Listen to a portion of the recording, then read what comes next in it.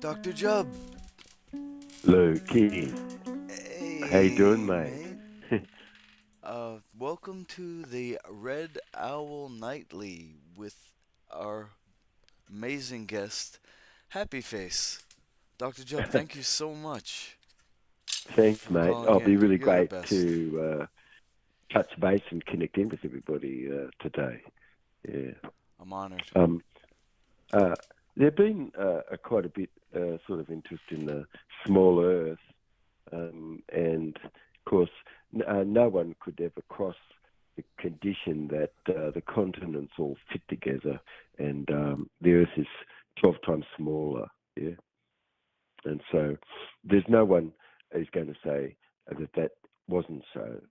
So you'd have to, in your model, start with an Earth which is 12 times smaller because the continents all fit exact together. And there's no subduction. There's no plate turning around and all sorts of stuff. No, it's just a gradual growing, yeah, basically, Yeah, I was to looking see for. what we have today. And part of the reason that people could have not thought that way was because, well, something is there that we can say that the mass of the Earth can have not changed much, not, or not, but you could see that the mass can have changed, but it's certain that it's expanded. I mean, then certain compounds like bentonite, for instance, when you put a bit of water with that, that can really expand like crazy. Um, or water when it's boiled and comes to a gas, it could be 1,700 times more expanded in that state as a gas, you see. So, uh, I see. and every time that water, because water only has a maximal loading point at 41 degrees Fahrenheit, and anything below or above that, it expands. And so most of the water is locked up in the rock, and you've got only less than 1% of the water flowing on the Earth, which makes up all the oceans that we have today. But those oceans weren't there before. And we do know that within the thousands of years, the Antarctic was without ice. And you've to consider things more into thousands of years because, now you've got soft tissue and all sorts of things, which has been found in bones of dinosaurs and things, you see. Mm. So the water was it surrounding the Earth? I thought I've heard stories of like No, water, yeah, there was some water there, but water is locked up in the earth, and 99% of it's still locked up in the earth. Like I said, it's not flowing at all. It's locked up in the rock. But as asteroid gets impacted of the earth and it boils everything, it cooks and expands. The surface is expanding out, and it's always pushing out at the seafloor joint where it grows new seafloor, and it's just been pushing the continents apart. Simple, that's all. Yes, and that explains everything basically, really. But if you didn't think about a small Earth, then a lot of other stuff isn't going to maybe make sense. But when you could think about things this way, it really is actual. So first, of course, like when you could look at a model of the universe or our solar system, for instance, if you started to get taught and you only were looking at line drawings, you're only going to see something in a one dimension, and you wouldn't be having to imagine. Nobody would have said that to you, but you would have probably, like me, stepped outside the solar system, not have seen anybody's drawings or anything, but as a kid just have seen whirlies and seen that, whilst something has really got to spin good, it could hold quite a bit of body and energy. It could lift all sorts of things up into its body. And down at the base of it is, if you were stepped outside our solar system, you'd see a whirly, and that whirly at the bottom of it is the sun and its magnetic arcs, parallel magnetic arcs, and it's falling at 450,000 miles per hour, and then inside its vortex. You've got curlback regions, and in those curlback regions, you've got planets. And when you're looking, you're seeing the sun falling through space, and behind it, never going in front, is these planets. And planet can be kind of defined as something which has got a bit of its own parental orbital conditioning where it is, and so as a big celestial body, and so it sort of would be classified as a planet. Like that's something which Pluto was trying to be figured, or does it actually have this or not? You see, versus it's just a rock floating around or whatever. But and so these can always larger bodies get broken up sometimes and then reform, and when they reform more circular, and they generally can have a more molten core center, and that molten core center then causes it to have a dynamo, and then these are things which cause a planet to generate its own terrestrial energy. So you've got cosmic and terrestrial energy, which is present. So yeah. So the stars, Lukey, that you look at there, and they're not there now, see. So if we were looking at, which we do, Andromeda, for instance, which is our closest galaxy, we would be looking today what happened there 1 million years ago, because that's how long it would have taken light to get to us, you see. So we wouldn't be seeing anything that's going on there today, but we would be just only catching up with the things that was happening 1 million years ago. So light is a slow slug, really. You've got lots of things changing, and you haven't got things just fixed. Like people, oh no, I can't stand this. Doesn't. It's not fixed. It's not orderly. Who's in relation to what? Yeah. So it is orderly. It's as orderly as what nature is. And you've got north, south, east, and west directions certain that's been changed, of course, and absolute evidence of that. So, in the magnetic magma as it's set, and you can see each time where it's expanded and how long and how much time it was spent expanding, and sometimes expand really quick because it was hit with an asteroid. And really did boil it up a bit. And it's still sometimes breathing from things like that today. The equatorial areas always are blown out because, that's just centrifugal forces and centripetal, and you've got flattening out somewhat on the poles. And when it makes a new equator, it subducts the old equator and blows out a new equator, which happened around 12,000 years ago for sure, because that was when the North Pole was in Alaska. Also, too, the equator ran through Angkor Wat, right across to Easter Island, and then to Machu Picchu, and then all the way over to Easter Island, and runs straight through the Giza Plateau all the way over to Angkor Wat. And so that used to be the old equator back then. And then the Naztec lines and these sorts of things, which is pretty old also, you can see a lot of those things all then make sense a lot, you see, quite a bit.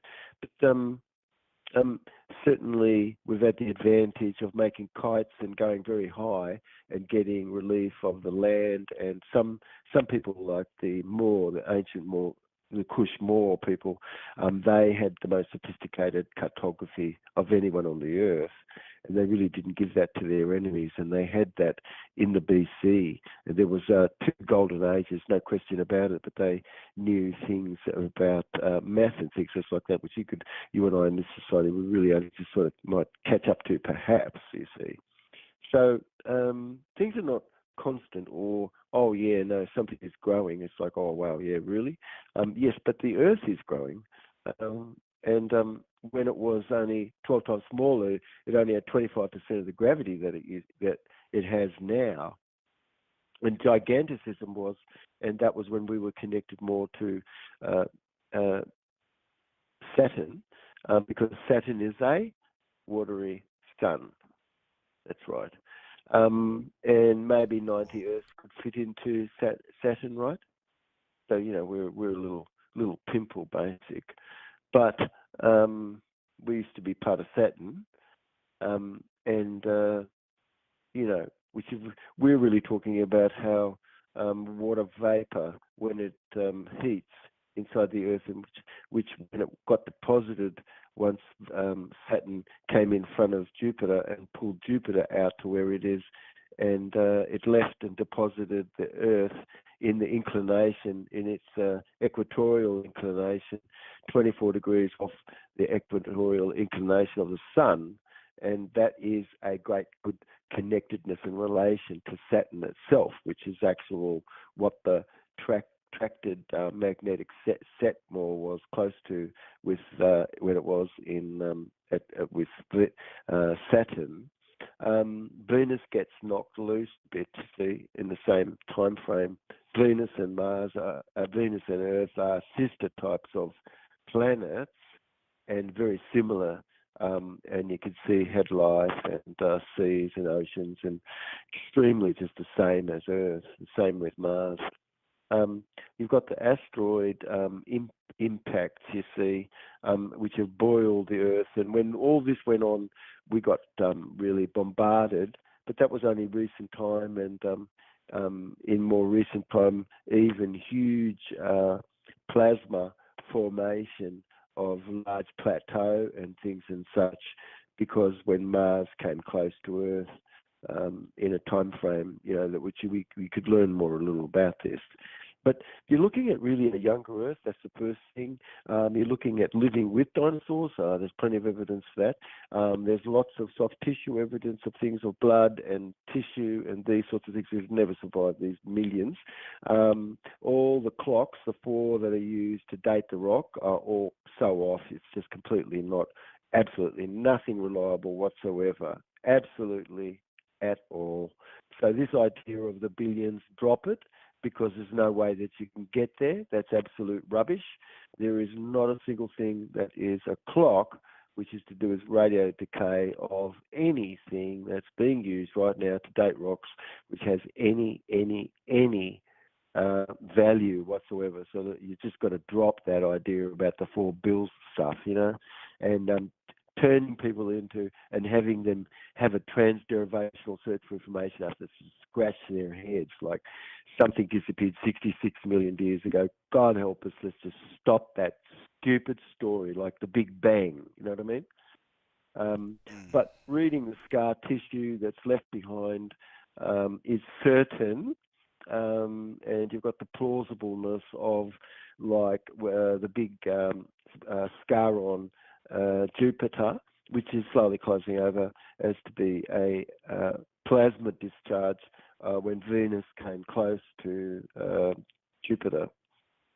But it's knocked Venus wandering a bit, and Venus was known a little bit as an asteroid or as a comet, basically, really, until it finally got into its only settled orbit. And these are absolute. It's not something that didn't. It all is eyewitnessed and accounted for, and it's just way too much data that goes together to show that you better start like focusing on what the meaning of this is. Otherwise, you're going to be left behind. But it's exciting because it's very interesting and it's radically changing what somebody could have known. And the Earth is changing, and that's been constant, that it's been changing. Yeah, that's right. So it's a smaller Earth, yeah, than it was before, because all the continents 36 miles off, 36 miles all sort of fits together perfectly. Yes, they do. And so you've got to explain that if you're going to go anywhere. It's really a reasonable insight, of course, but you could see that, of course, water expands, and so that's the reason behind what all that is. But what would be the reason, Lukey, do you think that when you and I are born, our membrane of our cells is born blank? The membrane of the cells is born blank. Yeah, that's right. Yeah. I'm gonna say because of spontaneous creation. Yeah, so like, let's just say that if you train and you've got 2 liters more water than the average person, was that going to give you an advantage in some athletic event? Ooh, 2 liters. Am I hydrated, or is like these guys that are they You've got dehydrate? two. You've got two. You're carrying 2 liters more water than the average person. Is Mm. that going to help you? Yes, it is. It's going to Okay. make you more cool, isn't it? Mm-hmm. It's going to keep you cool, definitely. Right? So, how did you do that? Did you do that because you got environmental factors that actually encouraged and educated the cell membrane? Yes, you did. And now none of us could be couch potatoes and think, oh yeah, we're going to have everything.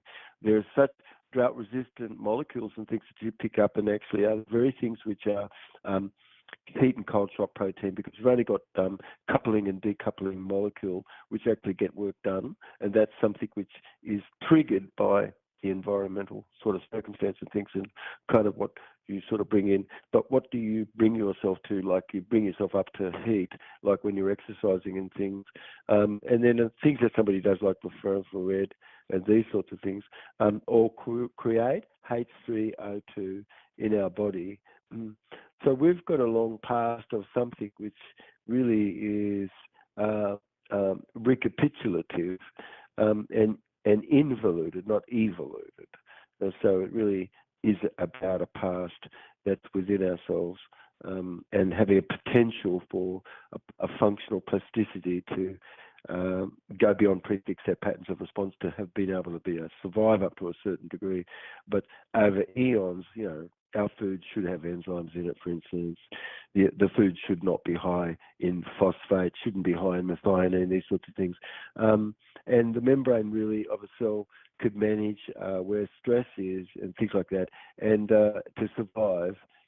And so does the Earth. The Earth is continuously sort of adapting and adjusting itself to be able to organize things, but without the environmental types of circumstances and things, which is the heat and shock, proteins, which are the primary types of proteins which are going to get anything done. And it's a really quantum of a fact that at 98.6 degrees exact, like as that temperature, blood has maximal capacity to be able to hold on to potassium. And when it gets lower than that, it doesn't have as easy of ability to be able to hold on to potassium, right? And then so because of that, all sorts of things are really going on. But when you look at a blood corpuscle under the microscope, it can just really look like a ghost, just like a ghost of its former self. Yeah. And what's missing? Rhodium, osmium, and ruthenium. When you look into spiders' eyes, of course, in the night, some of these spiders, they just like glow like crazy. Have you ever noticed that, mate? Mm. What Um. about dogs or bears' eyes Mm. in Okay. the light? Mm-hmm. Did you ever seen the light reflecting back from eyes? Yes. Okay. Palladium is in the back of these eyes. Yeah. And some of these eyes, like compact eyes, like that camel spiders have, they can easily see the relief of the moon. And when the Earth, when Mars came a bit closer to Earth, like during this period of time, Sidona was all planned out and set up, because they actually able to see the planet Sidona on Mars, and they could easily see the relief of it all. And to make a commemoralness, they did what they could to make a copy of what the heavens was, and they did that, on the coast of the Mediterranean there. But you've really seen a hammer and a feather, yes. And can you see the hammer and the feather, mate, like a big hammer and a feather, and they're floating together, right? Can you see that? Okay.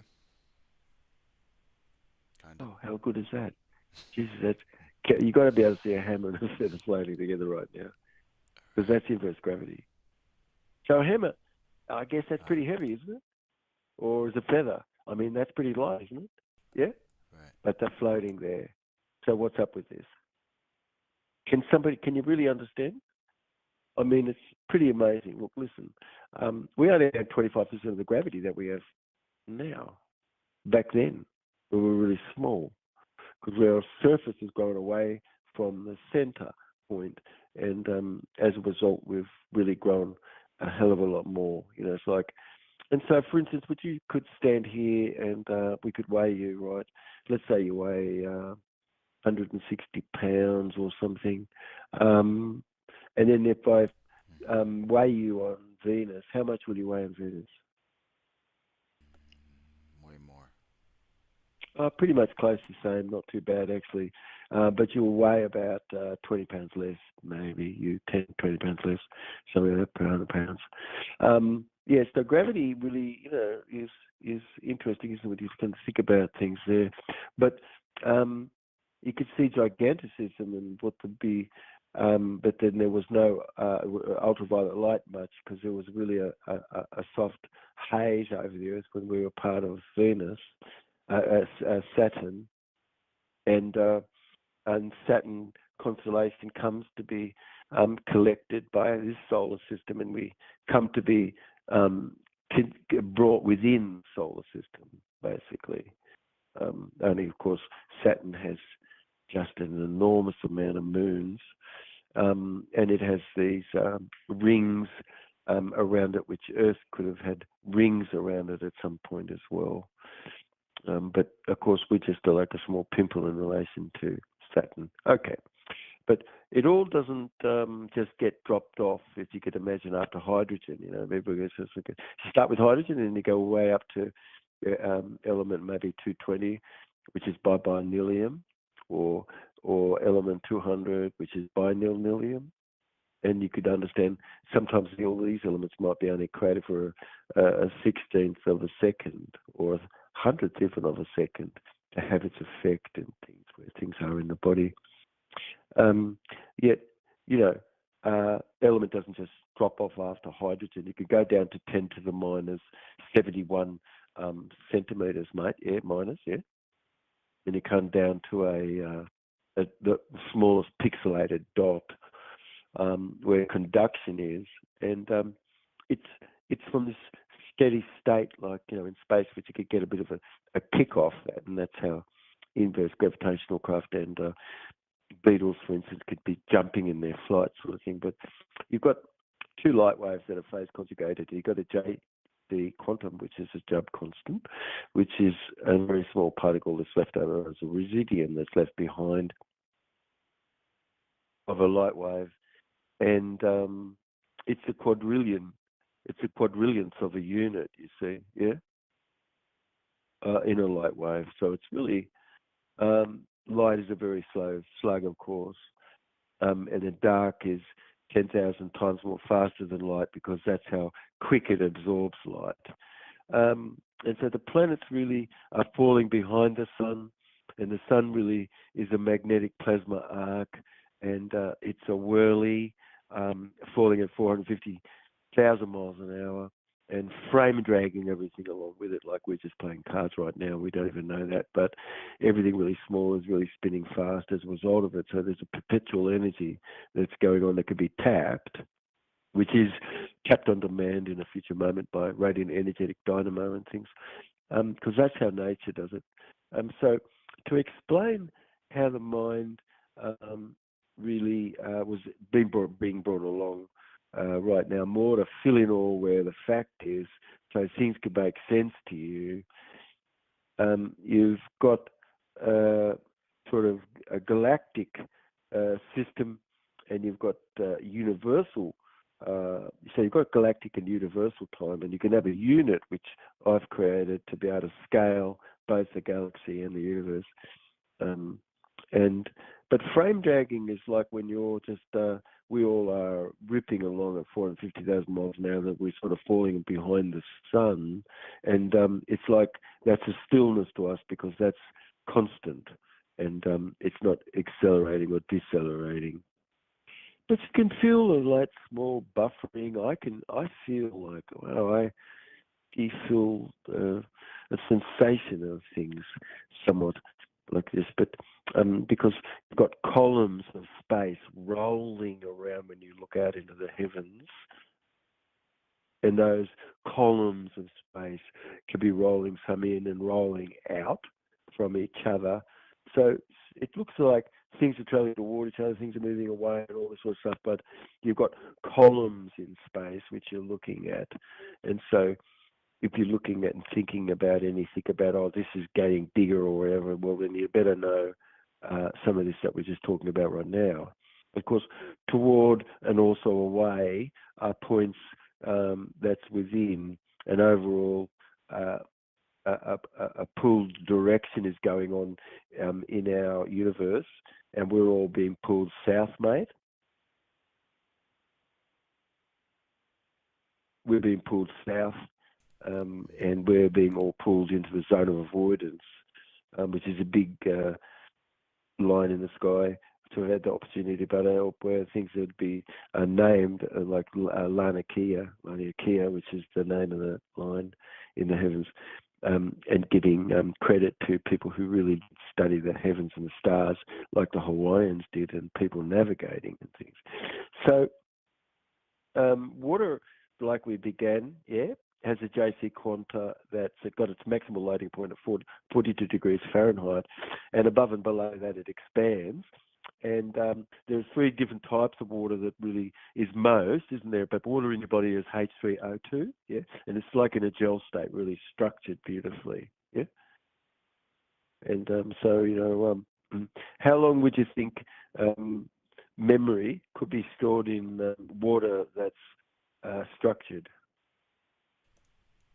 Forever? Yeah, it could be, a hell of a long time. It actually satisfies, gives free energy, and it's radical because it's really that you could easy, for sure, pretty much find the memory there in the water 6 weeks afterward, generally. Um, there's an imbuedness of memory and the storage and a coherence internally, and things go way beyond and below hydrogen. So you've got 4D printing, you see, going on below hydrogen, but you've got something is going on in and out that chaos, and something comes to be out of that randomness.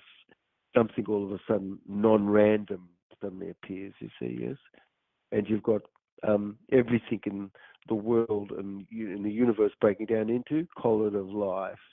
Because you've got mold, fungus in the east, and things like that growing in outer space and life. But there's a climbing mountain of evidence, basically, really, that for those people listening, that the galaxy really that is spinning. And then somebody could be asked, well, what's the reason why the galaxy has got arms? And so, especially that it's spinning, of course, further out than it is in. And so, how does those arms get explained? Basically, you see, there's things which most could not be thinking, but if you think about it just for a second here, how new is everything? Oh my God, it's so new, it's incredible. Why? Well, because you don't really see remnants of anything that is old much. Everything gets just burned out. Look, you've got stars blowing up every 30 years at least, right? And that we could only find maybe 300 fragments. Well, that can't be right unless they get finally just disappeared. You see, so you're looking at things which really are new, more, and where all is the rest of the material gone. Only a few thousand years, you've got no remnant left of anything. If a tsunami was to just wipe out Turtle Island, you would find Mount Rushmore, basically, but you really wouldn't find anything much. It would be, especially if it got terraformed and had an asteroid impact, which those are the things which really covers like massively quick, hundreds of layers, tens of thousands of layers in a short moment.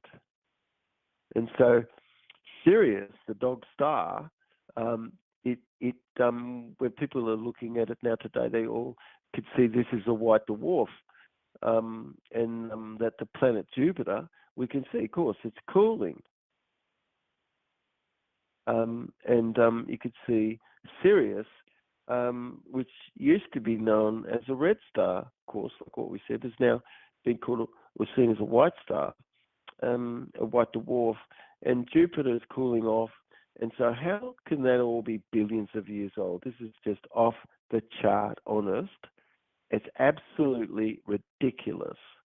And it's like somebody's just mouthing something over and over again, and please, let's just stop that.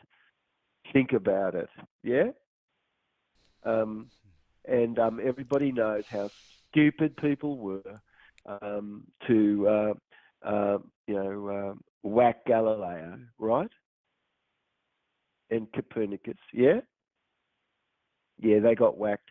And they got whacked by the same stupid idiots, honest to God. You're living in a society which is a little bit dumb, and that's okay. Because it's been two golden ages, honest to God, where you really had a much finer math and this sort of thing, and you could have atoms cut out, so it would just be atom thick. It's just radical technology and things. But on Ganymede is showing that it's like some of these moons and things have in our solar system a magnetic field and have a liquid core. And most today don't even know how blood is formed in our body, formed from in the intestine. And they've got to go back and think about Cone, Cunningham and Sabin in 1925, who starved some chickens and saw that they got a little bit of blood out of them, and they went, woohoo! And this is just ridiculous. It doesn't mean that fat cells can't break down into blood, which they do in a fasting condition and this sort of thing. But and that our cells didn't arrive through mitotic cell division whatsoever. No, they didn't. Mitotic cell division does not explain whatsoever the amount of blood cells that you need every day, blood corpuscles you need every day. And most do not know even that a red blood corpuscle breaks down into a immune cell because it's pleomorphic. It's got totipotentialness, you see, to be able to become anything that's necessary in the body. So most are going to be just really relaxed because they have no idea even out of what a natural birth is. So let's just chill. But most know that a monopolization is really just radical, isn't it? And then you just monopolize things, and then what have you got after that? Look up and see what the evils of monopoly is, but that's just another story. But you've got a moon in time, and how close it is or how far away affects the tides, doesn't it? Yeah?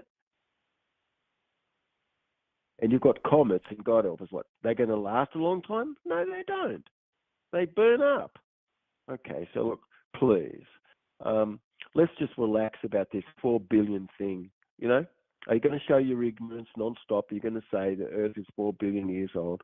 Please grow up, okay? How can you survive? We live in a world today where we could see the 5 religions all got the same story and same brush. And the same brush got painted over all those 5 religions. And did that happen when the Gutenberg press got printed? Got made? Of course it did. Please.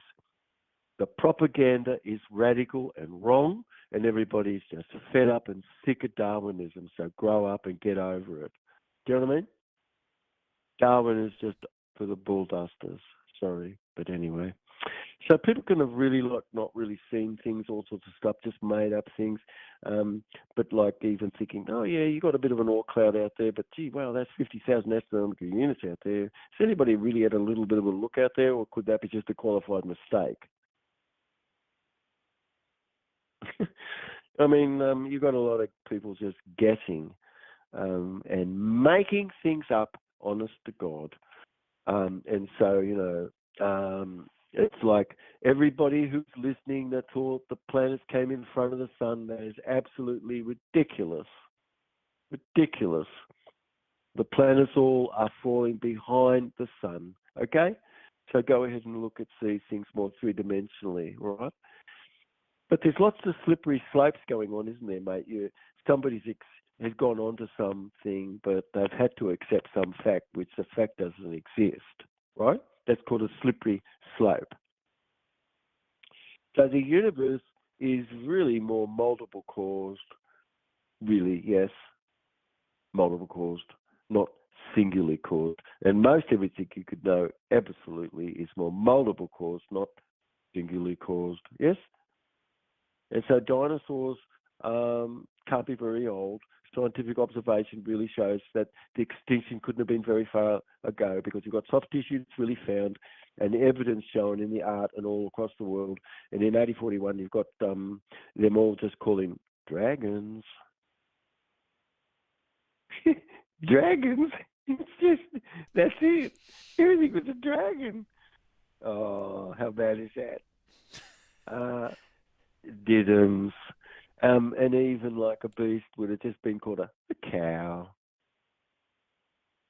And so who's doing the interpretation? It's like who interpreted the laws were given to a French company to do, and they got their little code, and now you're under some code.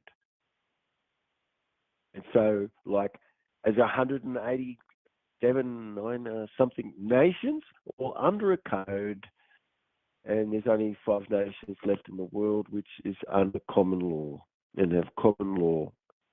Otherwise, talk about common law. No, that's gobbledygook in any nation that's got a code. Yeah. So we're not going to say that fascism doesn't exist in your brain, where you've got just information that came from a corpse which can't speak. You see, but you can speak and hear and feel. And you and I, we're above any corpse. And so these are things which you and I, well, we should be shaping public policy and not corporations, because you could see how daft and how absolute ridiculous the public school system is, to have blinded people, to have caused them to have massive amounts of cortisol before they go to school, yeah? And then learn everything under stress. Yeah, that's right. And then after they've learned everything under stress, how do they get it retrieved? With state specificity of stress. And so you've got a lot of don't, won't, can't, should, try, but, must, only, never, always. And it's all coming from part of the brain that's just shut down. And then, so your frontal cortex is your ability to be able to have a faculty to inspire creative influence the future. And the only way that you get in there really is through pleasure and interest, you see? Yes?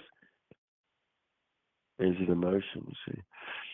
But if you're finding invertebrate, collagen, hemoglobin, you've got biofilm, you've got life colloid protein, you've got all this being tracked, and you've really got this all being looked at, and collagen just doesn't last very long, mate. Can't last a million years. No, not at all. Anyway, I mean, you've got lots of drawings of dinosaur and things, which sauropod with the big spikes on the tail and rock relief and this sort of thing.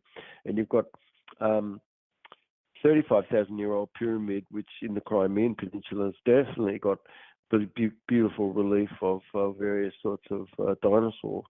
And powerful evidence shows, of course, that the Flintstones was real, and that dinosaurs and people lived together. So that cartoon about the Flintstones had some things that was true.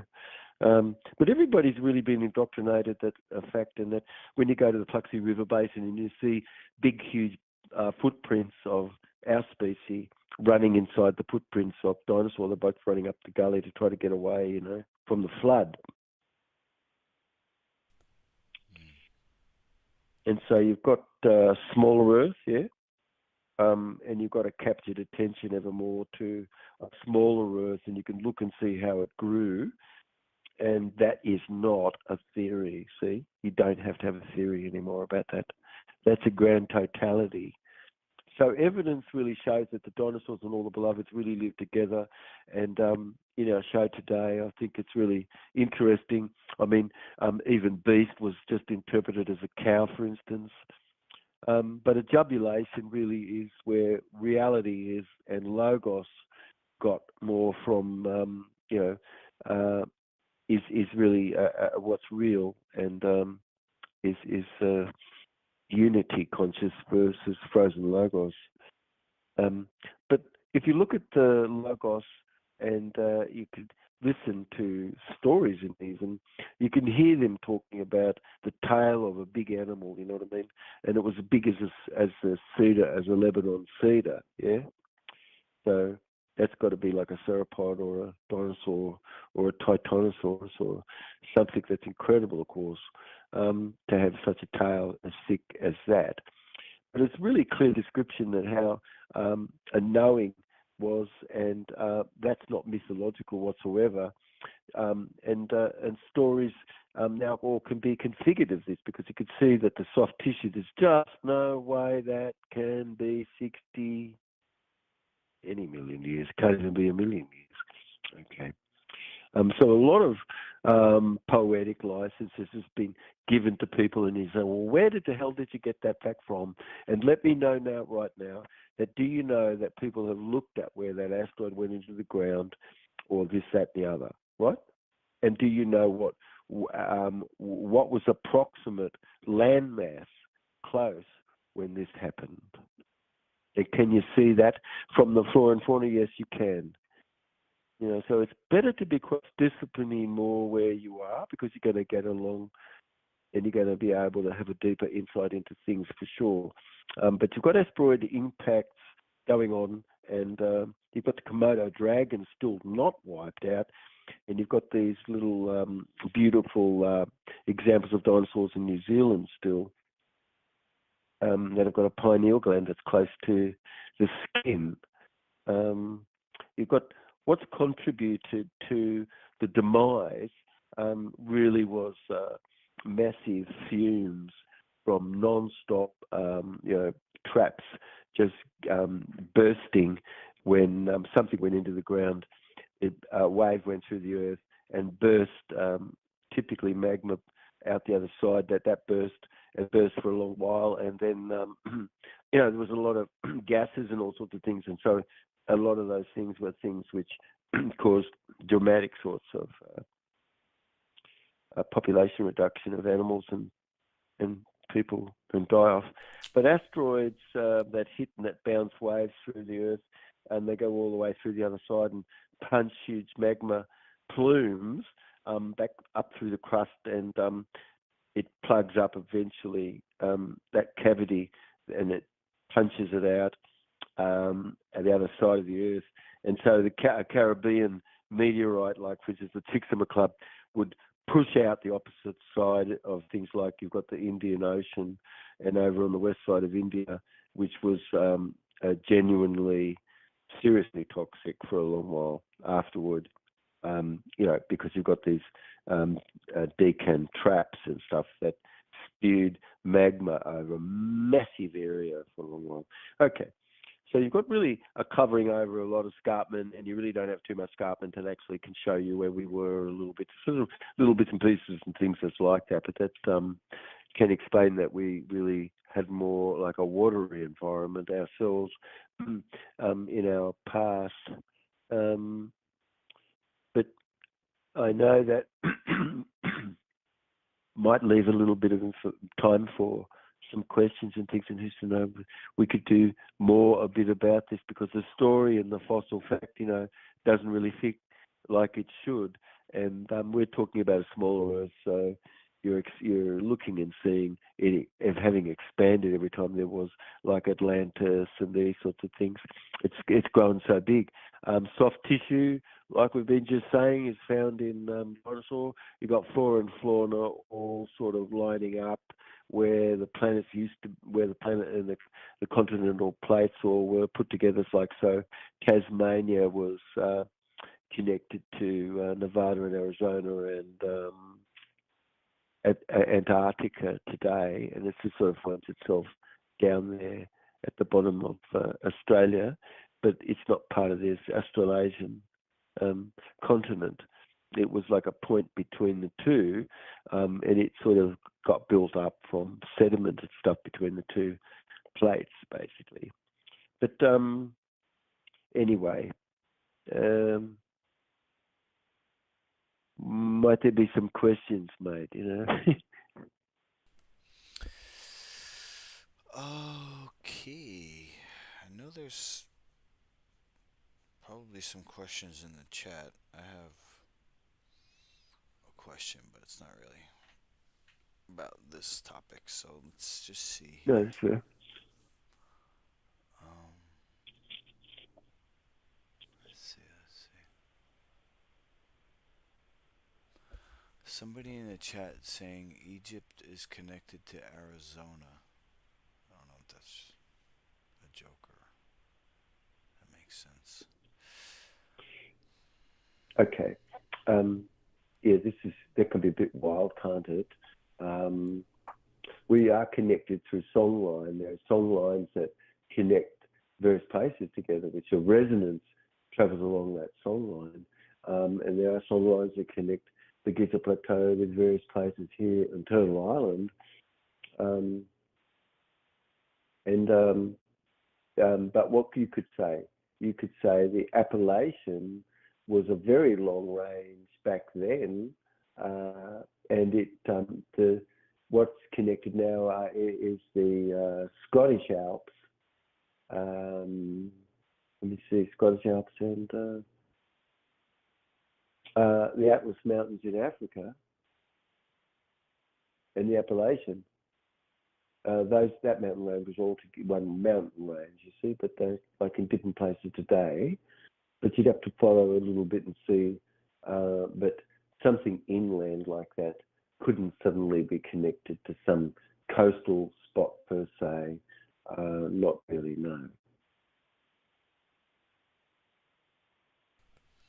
Okay. The only thing that you could say is that once that all got wiped out in 2807 BC, it got jumpstart from Canada.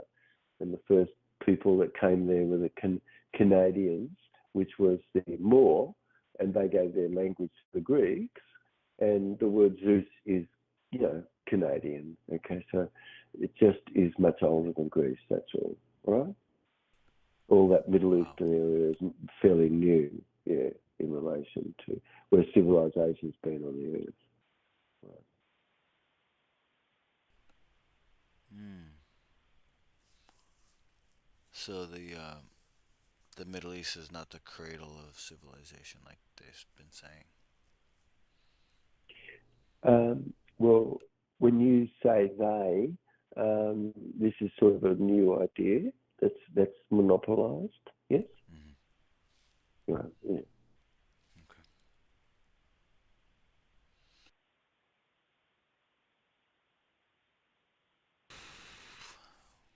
Okay. Especially when all the old buildings over here and everywhere else have been covered over and blown up. I think it's just a criminal obfuscation of history, which is just criminal, right? But it's criminal for all of us just to sit and be allowing of a monopoly to run your credit and be doing that from far away. God bloody help us. And all the news is coming in at an ankle bite level, all corporate, and all just going to fund weapons. How stupid. And none of that comes from we the people. Not a single bit or shred of it. Yes? And what is it? We're just so lazy or stupid not to know that you and I, we sit above the Legislative Assembly wherever the hell you are in the world. And it's we the people. Go out and have a look in the documents and see people are acting as if you're the we the people, but it isn't. Yes? Certainly not. No one was behind just wanting to get rid of Galileo. What would be the reason for us to want to get rid of Galileo when they did? No, the Pope sure did want to, though.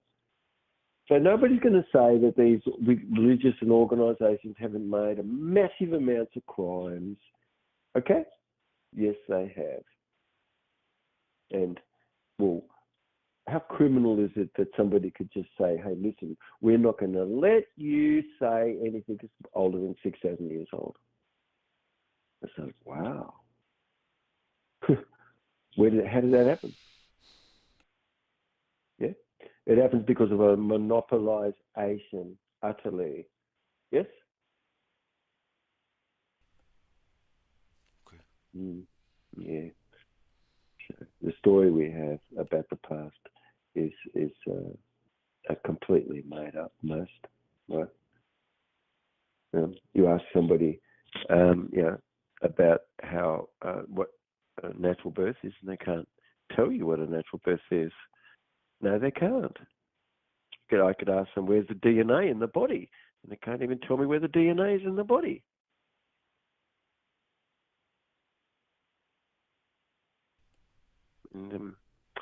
And of course, we live in a world where people could really be fearful because they look to see what's COVID about everything, isn't it?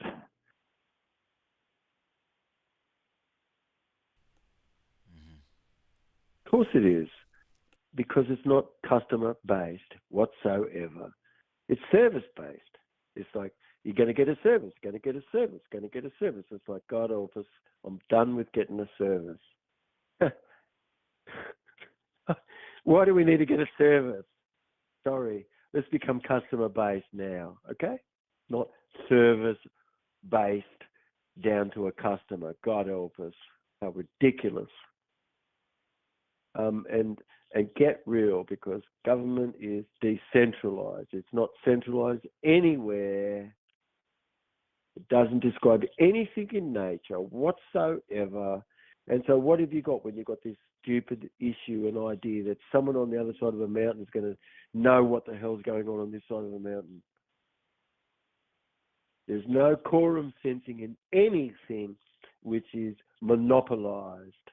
And it's the most evil thing you could ever do. So, like, why don't people just grow up? I'm fed up with the monopolized media. Done with that. Fed up with the monopolized court system. Done with that. Yeah? And fed up with the monopolized crazy people who want to say, don't restock your book. It's like, why? What's the reason behind that? What, because your body breaks down into bacteria? Yes, it does. Oh, good. I mean, shouldn't you know that? It's not like little Germans or little Poles because the English were at war with the Poles, so they want to call it pox. And then when they were at war with Germany and this, they want to call everything that's invisible, they're going to attack you, a little German. It's like ridiculous. It's completely wrong. No such thing. And it's just, you're living in a world that's not even giving a crap about any science whatsoever. Please, okay? Right. And so Louis pasteurized, cooked the truth like crazy, didn't he? Yeah. Because when you look at his experiment, you really look into it, and you can see every single flask that he boiled was never not turbid. He's a liar.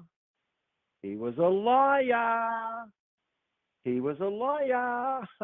An absolute, sorry, but that's a fact. There was no such flask that was not turbid. And it's the idea that you boil something and now it's not going to be turbid. You're a liar. You've never done that experiment a day in your life, okay? And Louis Pasteur cooked the truth, all right? So there's too many people cooking the truth, yeah? And personally, like, God help us, Darwin would have been the worst. And then who's behind him? The Great Council. Yeah, that monopoly, criminal banking cartel of a one world order.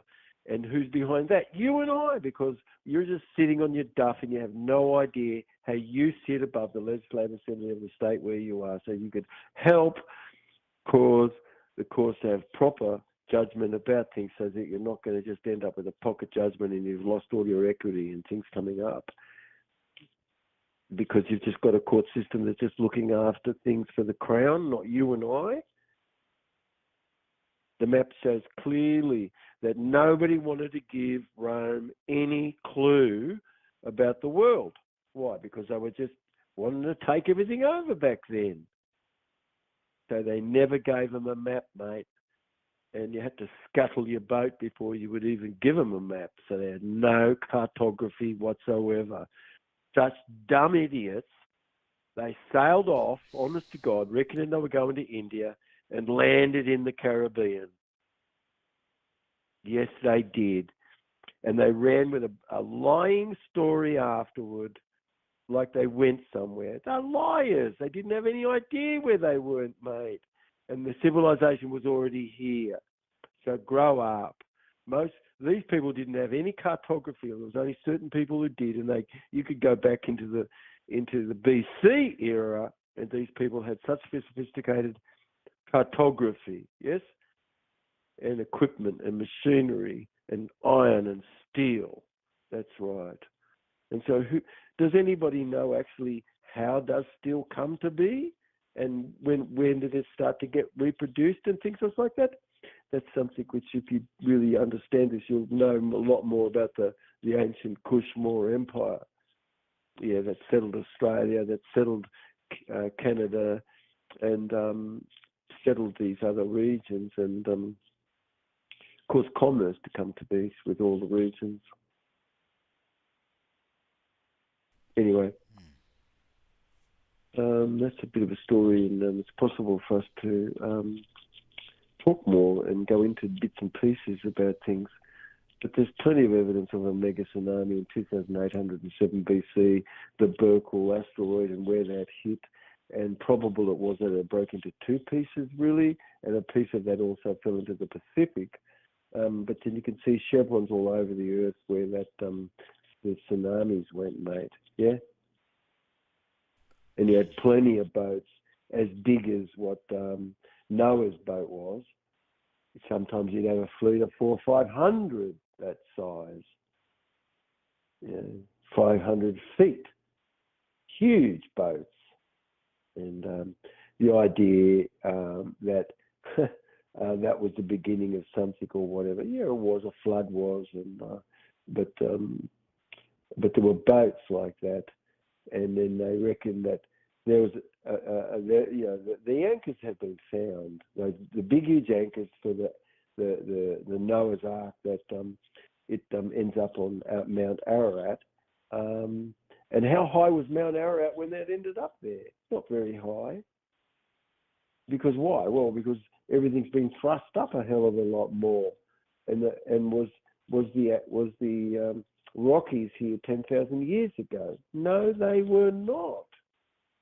Okay, so you've got to look at things a little bit different, right? When you go back into the past a bit, and you're going to see amazing deep sea, deep state maps of the past, and you can see, where things were more together as the Earth grew from being 12 times smaller than it is today. But there's a chronological condition of extinctions, which is something which I was really cared to understand a lot and in my life. And then I would go back some 85,000 years or more, go up to the top of the pole and look down and see that it had been knocked over 3 times during that period of time, and then go back to understand each 3 knock, which happened where the equator was changed, and then what went on where that is. And it would come to me to see that when you would do C14 and this sort of thing on sediment and stuff, that when you would look at the overall data and everything, you could see that the oceans and everything were really fairly young. And that also too, that Lake Victoria in Africa, which I've been, and the Mediterranean, which these are some of the areas of the Earth that have got the oldest lakes. And that when we were really small, those lakes did exist. Yeah. So anyway, but you've got Apophysis, which is going to be a 20,000 mile flyby maybe in 2029. You've got that same Apophis, which is in 235, I think. In 236, you've got close flybys, which if that impacted, you'd have 1,000 megatons of TNT, and you'd really, maybe a century could pass, and then Apophis can strike.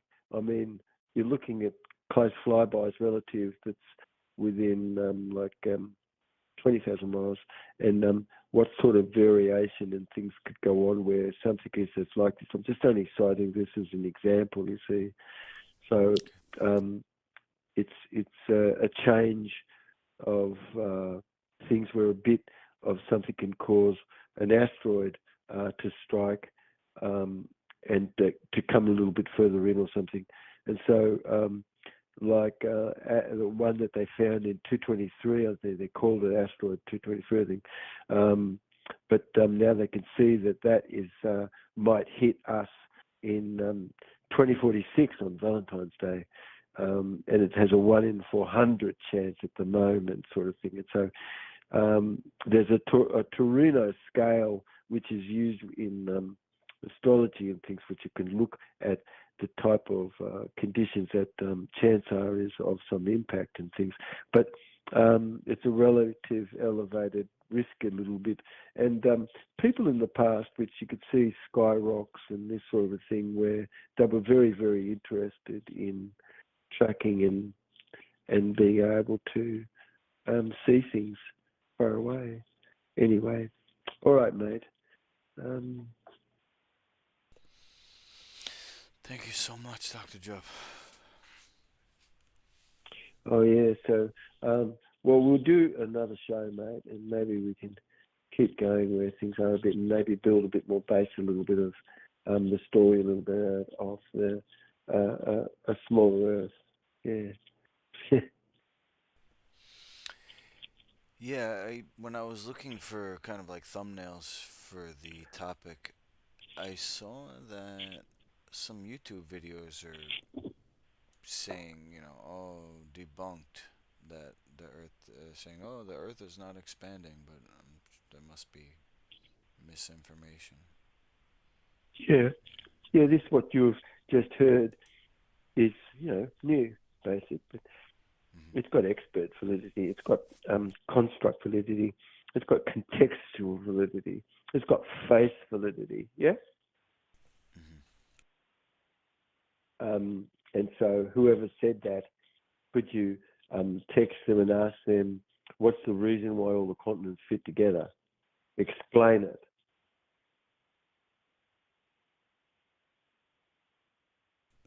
Hmm.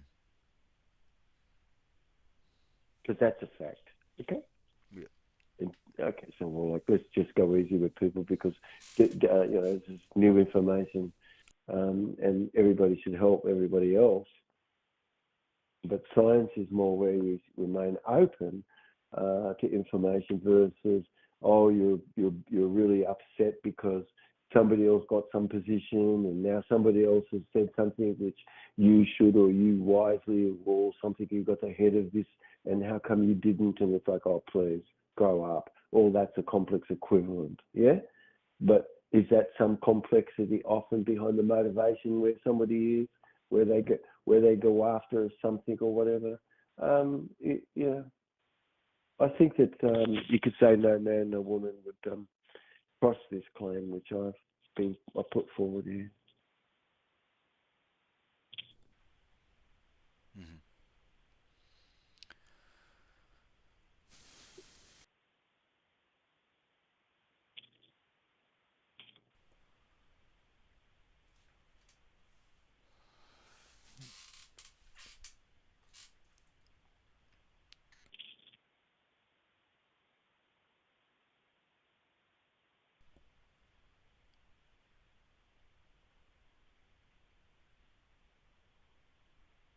Yeah, it's a lot of altern- alternative history is being more brought to the light now on YouTube. There's a guy who uh, debunks Darwinism, kind of talks about how it's a different po- population of the Earth, not that we, evolved from monkeys, but the human animal is actually a hybrid species. I think he's claiming that our common ancestor went underground and then came back out of the ground and then mated with the humans that were on the surface, giving the different um, genotypes. Some people have like light skin and blue eyes, and some people have dark skin and dark hair. It's actually Yeah, yeah. I think it's really, really, really stupid. It's stupid because the environment does these things. People's life, where they lived in bit water longer, they get bigger noses. If they only lived in water a shorter period of time, they got a shorter nose. But if you lived in water a longer time, you have a bigger nose. And that because we have a nose, it is because we lived in water. But that's the reason why we have a nose. Now, if you're a primate and you don't have a nose, or you do have a nose, what's it to do with grandma gave you the nose, or dad gave you that nose? I'm not sure. Or you did something that gave you a nose? I'm not sure. I think all these things where somebody says, I know my parent interior. Yes, yes, yes, yes. Here's someone who needs to be whacked honest. It's stupid. It's stupid. It absolutely is the dumbest thing I could ever think of. Like, here's what I'd like to ask anybody to do. Go over and ask the rose what its parent is interior of itself right now. Any plant. Now, you're going to laugh because you know that sounds ridiculous. How could you? That's true too. And that's the same as us. Okay? So let's not treat one species different than we would treat everyone else. It's like, please, where are you going to start? And where are you going to give your attention to? I'd ask anybody that was going to be talking about things like this. Also, to like when somebody says, "Come out of the ground," like, what do you mean, come out of the ground? If you came out of the ground, then you just got potassium. You do not have any sodium in your body. So where do you get off? Have you got sodium in your body? Yes, you do. So what? Oh, I guess you just evolved from the land, right? And you've got sodium in your body. You need to be kicked in the pants, okay? How stupid. How absolutely stupid, all right? Just grow up. Just because you got cold somewhere doesn't mean you got warm other places. Of course you do. Just because you got ice somewhere doesn't mean you got nice temperate spots somewhere. Of course you have. Okay, so it doesn't mean that sometimes people got stuck where they were. Oh my God, they couldn't. But it was good because when you had boats, people could just go where they needed to go and things. Yeah, and they used big, huge kites, and they go a couple 100 miles ahead of everyone. And they'd have scout kites, and they'd go really far, and they'd travel up in big balloons, and they'd map out the land so easy. God help us. Yeah. And they did lots of things like this. So, but to learn and this, and they had accurate coastal cartography and this sort of thing. There's evidence, of course, when the seas dried up, you got tracks all across the sea floor between different continents, and that you could see where people lived on ledges when there wasn't any water back then, when there was no waters that in the ocean and everything, yeah, and the rivers. You've got mega tsunami. You've got mega fauna and mega flora. You've got mega celestial life colloid, like you've got the closest organic eye, which is a mega celestial life colloid, which is in the Aquarius constellation. It's called the Helix. That's NGC 7293. But it's a great planetary nebula. It's really beautiful, and it's an eye. And it's a life colloidal organ. And you could tune in and you can see it's got actin and myosin protein. It has a lens, which is mostly vitreous with water. And you can see how that opens thins and opens to focus and things.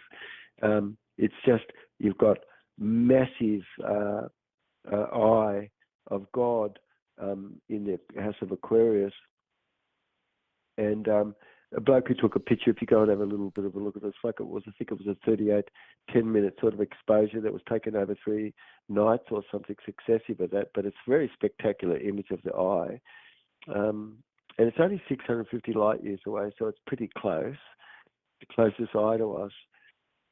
Keeping an eye on everything here. If you go and have a little bit of a look at this, it's quite amazing. And you've got a hand of God too, yeah. And then you've definitely got melanin out of space. You've got certain, no question about it, that big chunks of Earth just got ejected and travelled and had all sorts of worms and all sorts of things that's gone over all to the other side of the galaxy, which came here from worms from Cassiopeia, for instance, by panspermia. You've got a constellation down the southern hemisphere, which we're all falling toward, Cassiopeia, which has very 5 bright stars, gorgeous to look at, and that's like in a W, those 5 stars. And it's a gorgeous constellation, and right in the middle of the Milky Way. Cassiopeia really is the name, of course, of a queen of great beauty, and it's got these 5 stars in the system there, and you've got them being given names like Epsilon, Delta, Alpha, Beta, and Gamma, and it really makes a W shape like a worm, yes? And worms have 5 hearts, don't they? You come from Cassiopeia, and that the planetary bodies all get bombarded and large chunks ejected out into outer space that travel via panspermia. And so we've really got worms here because of Cassiopeia, large enough chunks which are easily able to survive very deep interior of larger masses. And you've got enterobacteria, and you've got Bugadansis, and you've got all these organisms which have been shown today cause how they mutate in space. If you've got living spore and all living levels of atmosphere and fungi and mushroom, and it's really hardy, and they've got a lot of like life colloid north negative rich on the outside of themselves, so they're really easily able to survive the vacuum of space. And so fungal, you've got really fungal life forms which can be found in the International Space Station and things, and up to some 78% or more of the spore, have some sort of symbiotic relation, and could survive in space quite easy. Worms can live for longer than 10 years or more, and